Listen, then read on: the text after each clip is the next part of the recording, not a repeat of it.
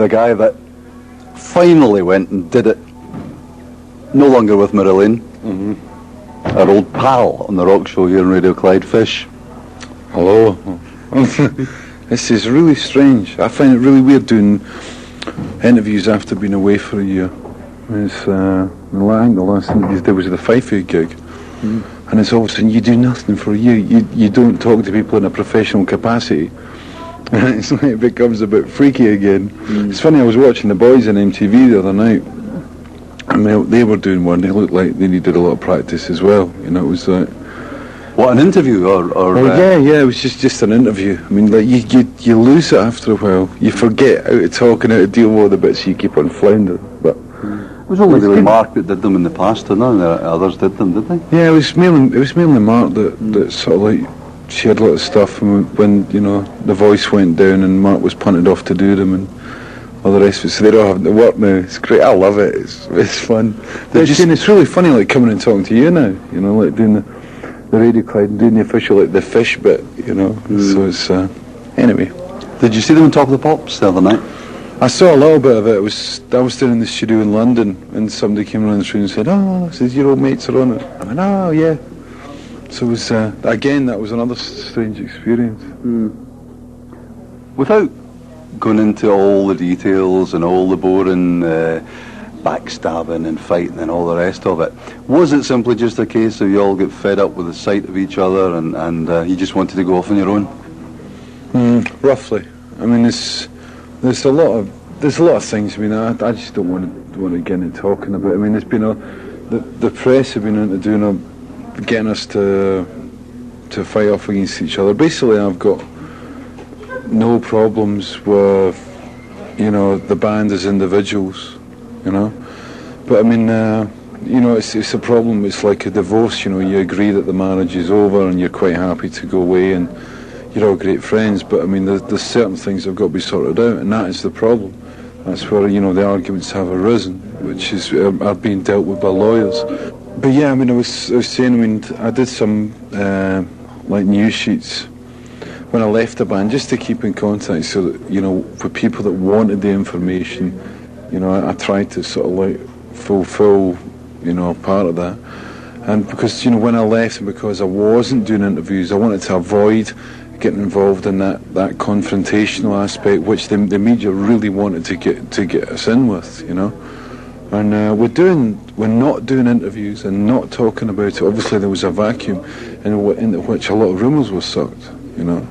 And I think especially in the last couple of months, I mean, there was one recently where actually on a national radio station, you know, it was actually Radio 1 actually said, you know, that I was trying to stop the band doing the album, and, you know, I was objecting to them using the name Marillion. It was absolute, complete, utter bollocks, you know. Again, it's mainly because of this, you know, the vacuums and the rumours. But I mean, the situation at the moment is I'm quite happy for them to operate. I'm actually quite looking forward to going and see them play. I mean, you know, the new boy's got a hell of a job to take on. I mean, without blowing my own trumpet. I mean, but you know, he's got a more than capable voice. I mean, you know, the band sound completely different. I mean, they don't sound like Marillion, but you know, nobody'd expect them to. And I don't sound like Marillion either. I mean, this is a two-way split and it's two separate careers. What do you sound like, the new Fish material? I don't know, I mean, obviously there's certain elements which you can hear from the band stuff. I mean, most of the guys that are working with me, or that have worked with me, I mean, the guys that worked on the album were Mark Brzezicki, the drummer from Big Country, with John Giblin, the ex-bass player with Simple Minds, and, you know, session man extraordinaire, a wonderful bass player. Had Yannick Gers, who used to play with Gillan. We had Hal Lindis, who's from ex-Dire Straits. With people like Phil Cunningham for Silly Wizard, and Ali Bain for Boys of Loch playing fiddle, Davy Spillane for Moving Hearts playing the Uilleann pipes, Tessa Niles and Carol Kenyon doing backing vocals. I mean, it's, you know, quite a wee entourage. I mean, the band that's gone on tours, Mark Brzezicki, his brother Steve Brzezicki on bass, who played with Monsieur, and Frank Usher, who played on the album and who's coming on tour is a really old friend of mine who's an excellent guitarist. He's going to blow an awful lot of people away when they hear him. See the guy that played with you before you even joined Marillion? Yeah, he played in Blew It. And, you know, we always kept in touch, and it was always like the Roy the Rovers thing, you know, we're like, you know, if I ever do a solo album, then you got to come and play on it, Frank.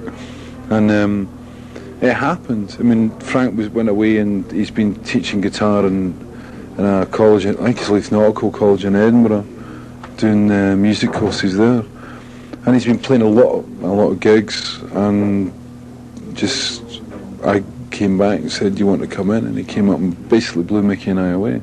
Mickey Simmons, the Mickey in question, is the keyboard player who I did most of the writing with. I mean, he's sort of like filled in the musical end of it. Because I mean, I still can't play an instrument. It's all done from the voice and from feel, which it's a great way to work. I mean, Mickey loves working like that. So he's coming up with the melodies and you're writing the lyrics, just as in the old days? No, it's, I mean, like in the old days, I mean, you know, what always used to happen was that, you know, the music was put together and the top line melody, which is the melody the vocal sings, that was done with a guy that wrote the lyrics, i.e. me. And, you know, and a lot of this stuff, which I've got on my own album. And, you know, in the old days of Marillion, there was cases where, you know, the vocal melody came first and it dictated what the music was going to do, you know, and then the music would be built around it.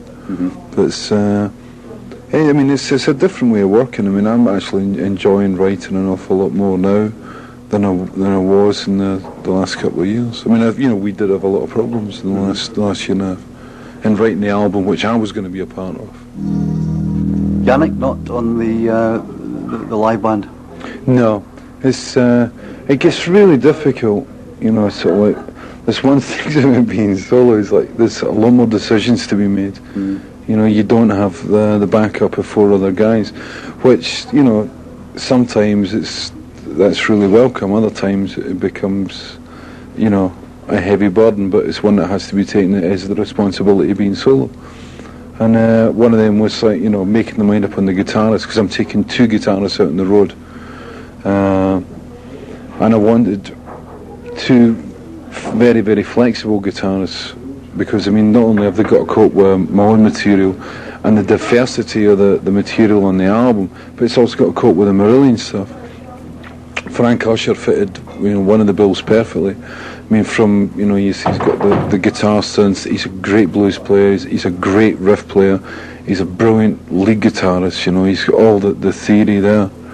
And I really needed somebody to pick up on the Hal Lindis's part on the album, which was a lot of finger-picking acoustic stuff, you know, and getting a lot of nice harmony guitars between, you know, the acoustic and electric.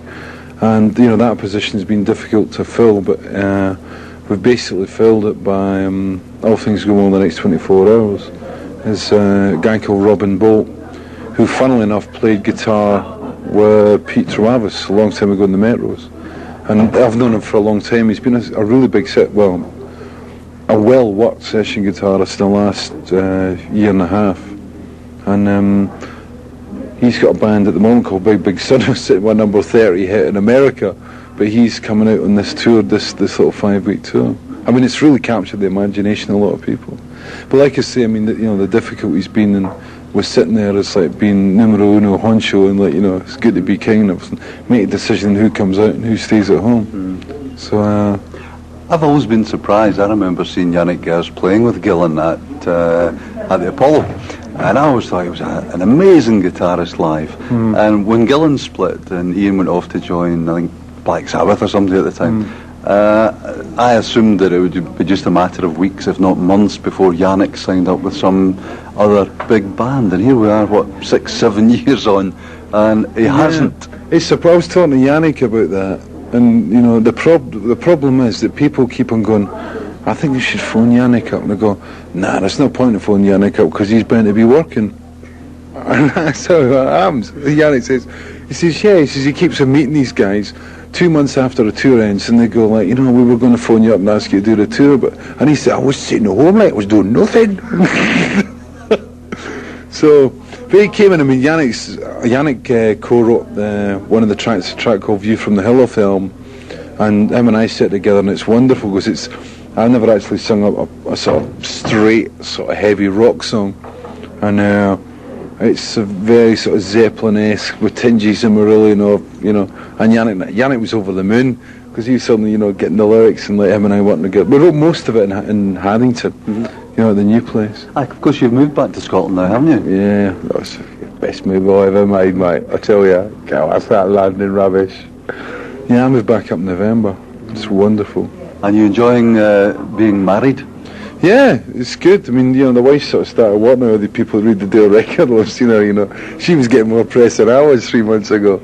But no, it's been, there's always trials and tribulations. I mean, sort of marriage in this business is the same as a marriage in any other business, any other walk of life. But I'm still enjoying it. It's good to have a sort of stable part to your life, I mean, you can have the wild sort of like the rock and roll shit, but I mean, it's nice to come home. And I mean, I love being back up in Scotland now. I mean, it was good for me to go away for the 7 years to realise exactly what I'd lost. I don't actually understand how a lot of Scots people actually can still live in London, when they've got this up here. And I get a chance to see my football team as well, which is the masochistic quality in life. So I'm working out at the moment. There's 3 big festivals happening in Italy next year for the World Cup. So we're going down. I know it's going to happen. The Italian promoters are going to be saying, we've got somebody to do it for a £5, and people are undercutting to try and get the gigs and the hotels and the tickets for the matches. But I'm definitely going down to see the team next year. So If we're there. We'll be there. And welcome back to the Rock Show. Our guest tonight, the one and only Fish. Yeah, Derek. It's great. I got a tour jacket done up. That's another problem with being in the band. You leave the band, everything's got Marillion written on it. So underwear, socks, training shoes, everyone's got Marillion on it. So I had to get someone else new. So got the tour jacket made, so it's got Fish, a great big sort of circle on it. And I thought, I can't exactly put Fish with Fish underneath it, so it's Derek underneath. So people started calling me Derek now, which is another weird walk of life. Just before that break there, you were talking about coming back up to Scotland and how much you were enjoying being back in Scotland. I noticed quite considerably the Scottish accent has come back quite strongly. Not that you'd ever lost it, but you certainly had Anglified your way of speaking. Yeah. Yeah, it's a real problem now when I go back home. Well, when I go back home, when I go down south, I said when I'm back home and I'm sort of in the pub in Haddington, I talk really, really fast. And when the band came up the first time, it was like, it was frightening. And when I go down to work with the boys down in London in the studio, and when we have been working on this last album, you were having to keep on repeating yourself. Like I first had to do in '81 when I first moved down to Aylesbury. That's how I like it. I mean, you do become, the accents do soften up, when you move down south. But like, it's just the speed up here. I get, used to talk. I like talking fast. The new album we've got to talk about. You're talking January or something release, aren't you? Yeah. And it's called? It's called Vigil in a Wilderness of Mirrors. I'm the one that always has the long album titles. It's it was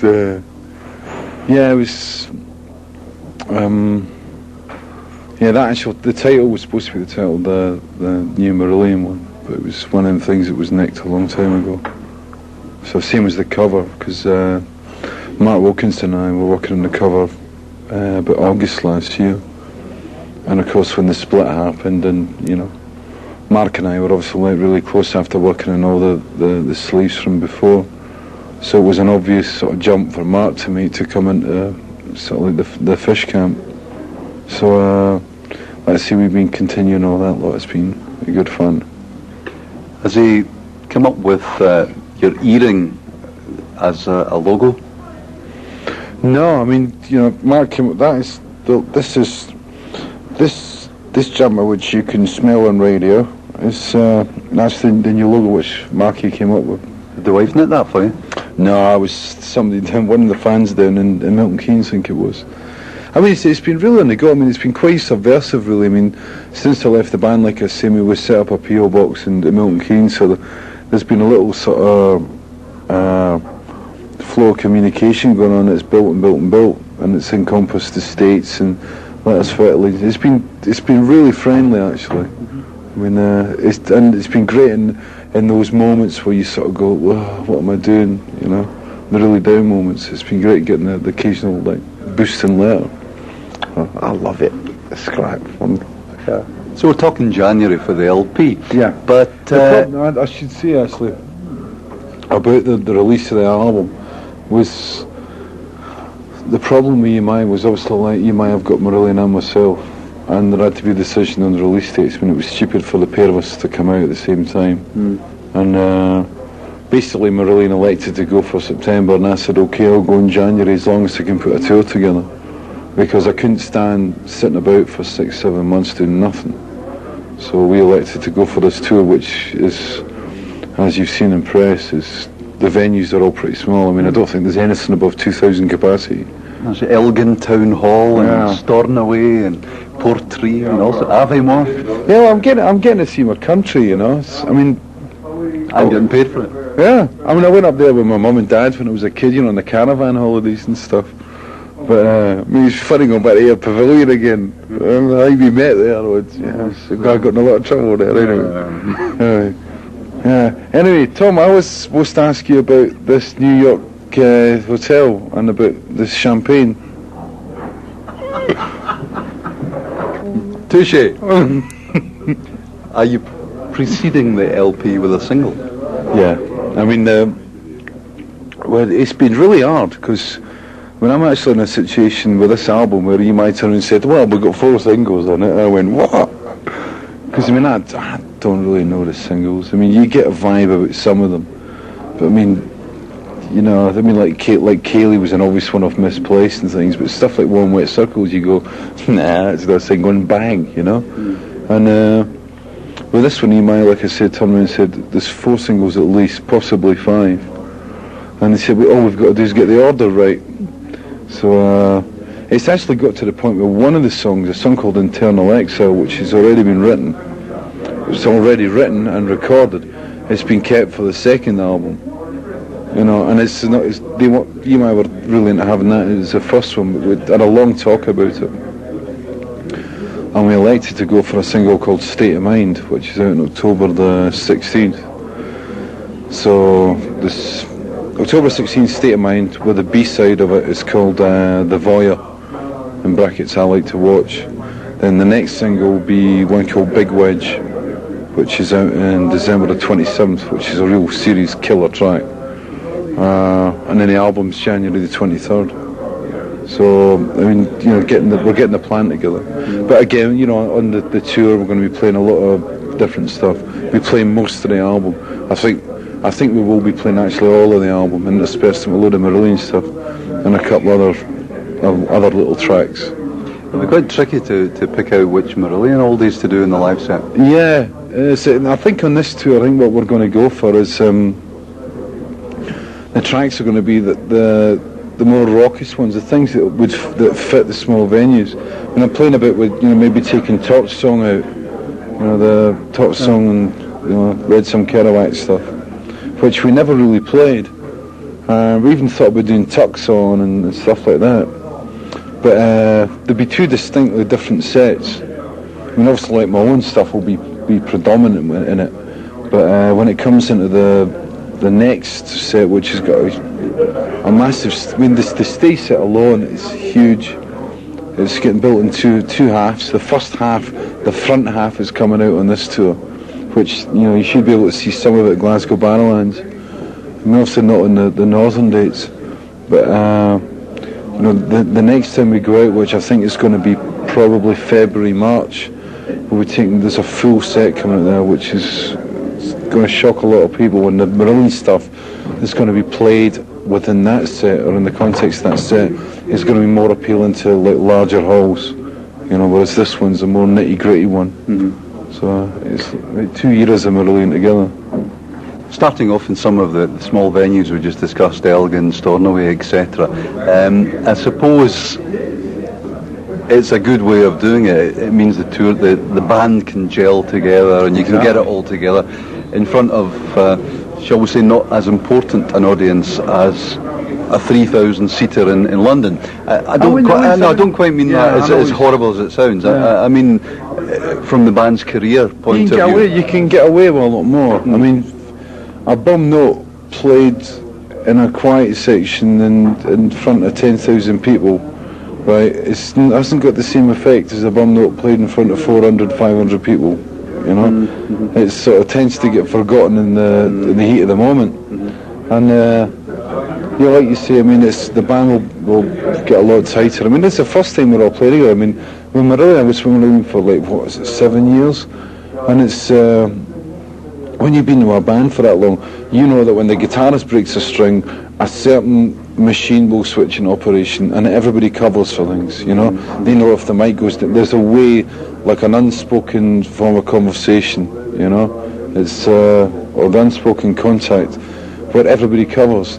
Now with this new band, it's going to be panic every time something goes wrong. That's probably half the fun. Yeah, it is, and it I tell you, it's a lot of fun. Yeah, well, a lot of fun, a lot of blood, a lot of bruises, and it's you know, by the time that we come back from the Highland section, I mean, I think it's going to be a well-happening little unit.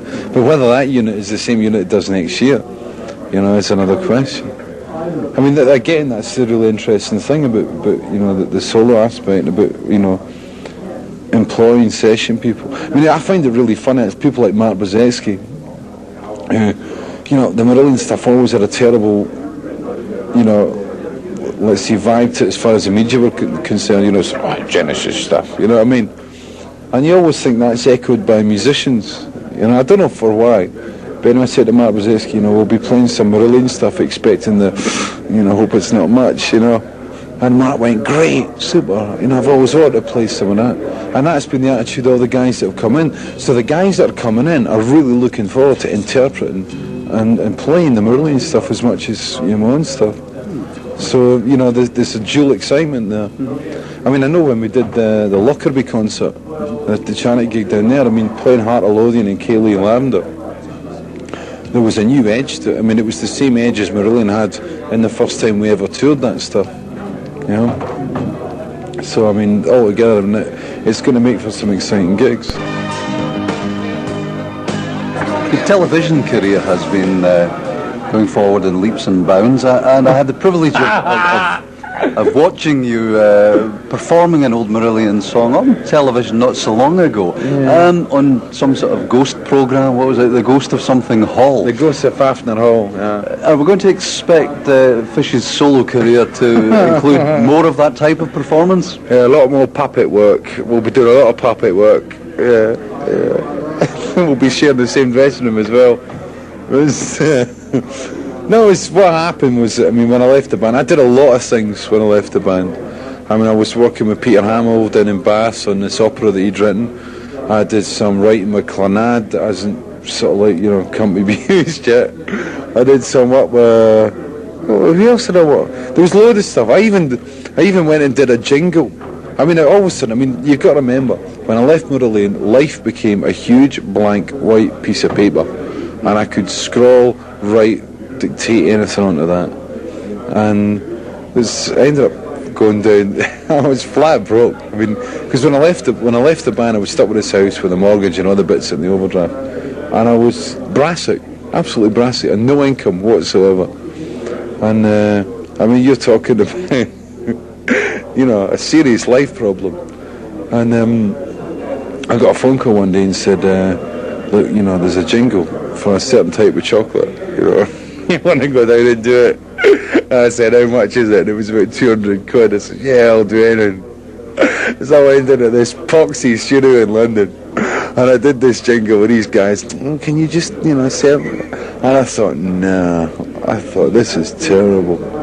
So blanked that, and of course then the Fafnir Hall thing came up, and I was always a great fan of the Muppet Show, and you know, and the Jim Henson creations.